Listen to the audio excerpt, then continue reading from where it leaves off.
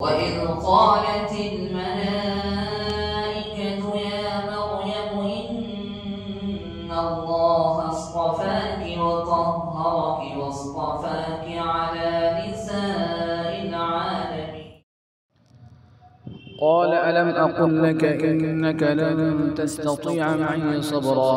قال إن سألتك عن شيء بعدها فلا تصاحبني، قد بلغت من لدني عذرا. فانطلقا حتى إذا أتيا أهل قرية استطعما أهلها فأبوا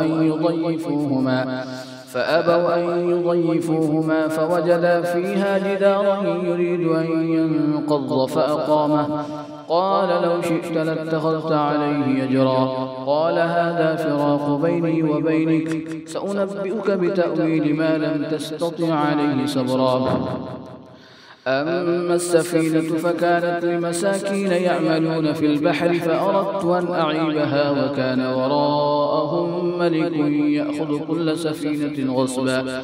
وأما الغلام فكان أبواه مؤمنين فخشينا أن يرهقهما طغيانا وكفرا، فأردنا أن يبدلهما ربهما خيرا منه زكاة وأقرب رحما.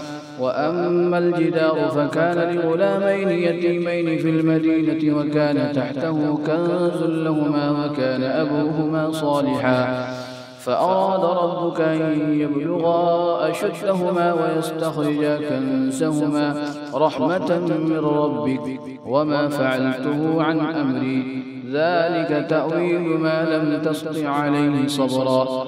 ويسألونك عن ذي القرنين قل سأتلو عليكم منه ذكرا.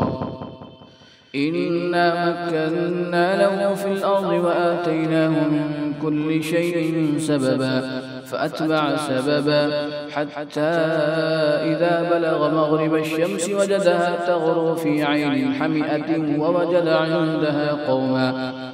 قلنا يا ذا القرنين إما أن تعذب وإما أن تتخذ فيهم حسنا. قال أما من ظلم فسوف نعذبه ثم يرد إلى ربه فيعذبه عذابا نكرا. وأما من آمن وعمل صالحا فله جزاء الحسنى وسنقول له من أمرنا يسرا.